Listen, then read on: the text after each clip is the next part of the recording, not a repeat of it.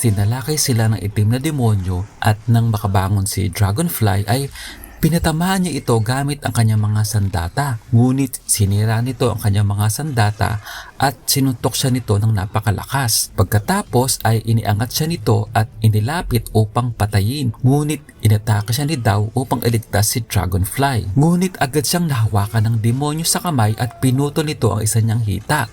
Nang makita ni Dragonfly na mamamatay na si Dao ay agad niyang dinagin ito mula sa halimaw, kaya't naputol ang isang kamay ng pulis.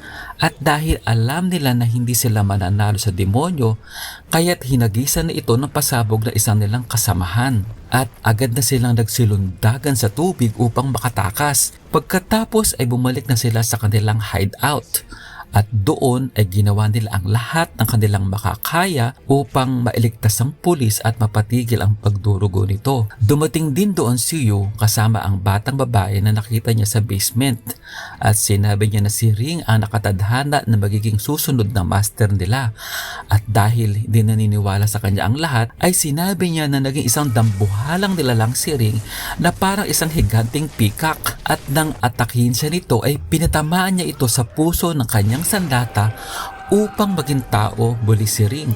Pagkatapos ay ipinakita niya ang balat nito, kaya't agad na nalaman ng lahat na iyon nga ang simbolo ng kanilang dating master. Ngunit nagdududa pa din si Dragonfly kay Ring dahil tila walang naaalala ito tungkol sa kanyang nakaraan. Pagkatapos ay binura na nila ang mga alaala ni Dao dahil hindi na ito magiging pulis kailanman dahil sa pagkaputol ng paa at kamay ni Dao. At binigyan din nila si Dao ng artificial na kamay at paa upang makahawak at makalakad. At dahil nakita na nila ang magiging bago nilang master, kaya't nagpasya na sila na pumunta ng bayan ng Lo upang makipagkita sa kanilang first brother. Samantala ay makikipagkita din ang weapon master sa mga leader ng 5 clan upang malaman ang totoong kalikasan ng maalamat na sandata ng Slayer of Gods. Pagkalapit ng mga leader ay nakita nila na wala naman palang laman ang lalagyan.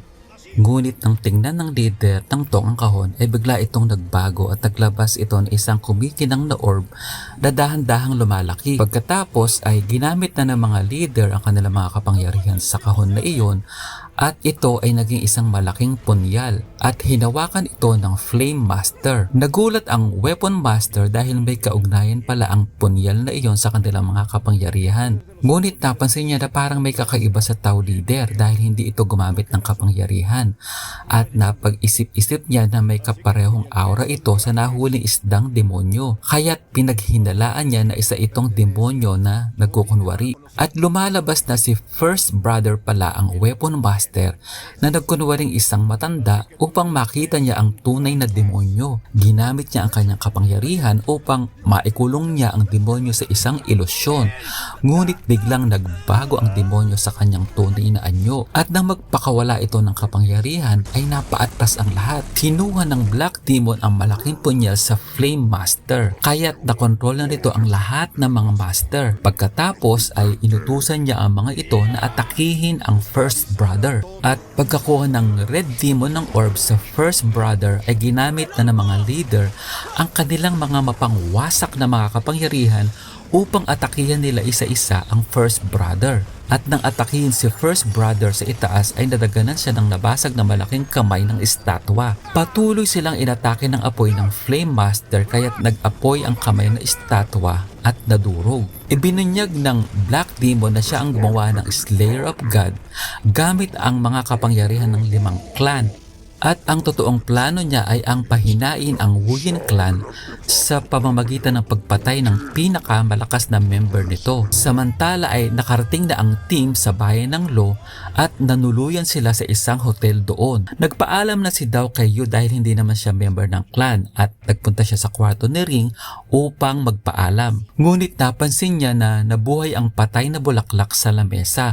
Sinabi ni Ring na lagi niyang pinamumukadkad ang mga bulaklak kapag naiinip siya, ngunit hindi niya talaga alam kung hanggang saan ang kanyang kapangyarihan. Sinabi niya na ipakita ni Daw sa kanya ang kanyang mga sugat, at nang hawakan na ni Ring ang kanyang braso ay nagsisigaw siya sa sakit habang tumutubo na ulit ang kanyang naputol na isang kamay, at kasabay noon ay tumubo na din ang kanyang naputol na isang paa, at makikitang sobrang nanghina ang katawan ni Ring dahil sa kanyang ginawang pagpapagaling kay Daw, at matapos dumugo ang kanyang ulo ay nawalan na siya ng malay. Samantala ay nalaman nila Dragonfly sa monster detector na may paparating na panganib, at bigla silang pinaulanan ng mga blade kaya't nagkasira-sira ang lahat doon. Pagkatapos ay dumating ang master ng Tang upang patayin silang lahat. Inatake nila ito ngunit agad silang tinalo ng mga blade nito.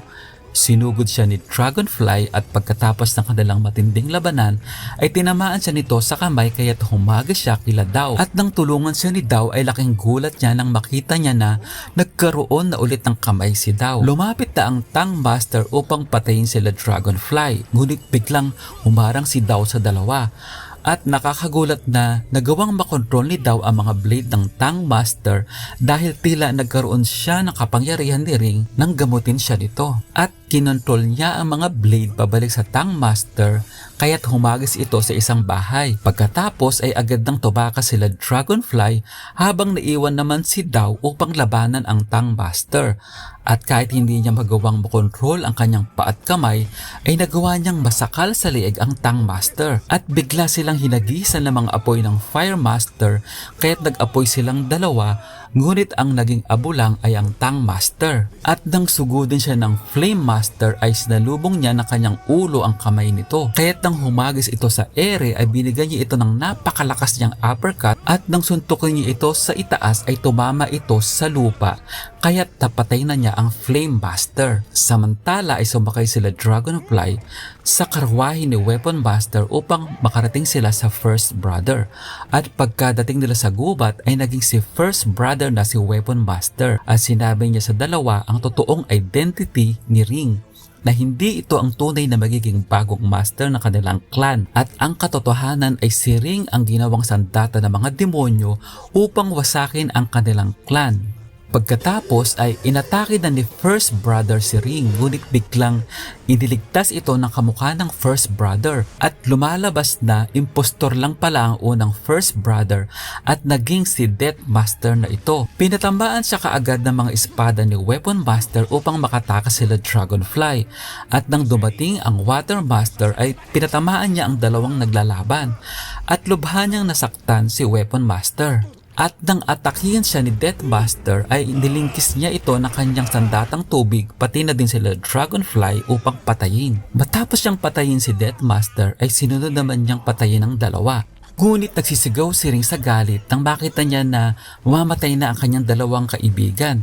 Kaya't biglang kumawala ang kanyang kapangyarihan at sumaksak ang nahulog na stick ni Yu sa puso ng Water Master kaya't namatay ito.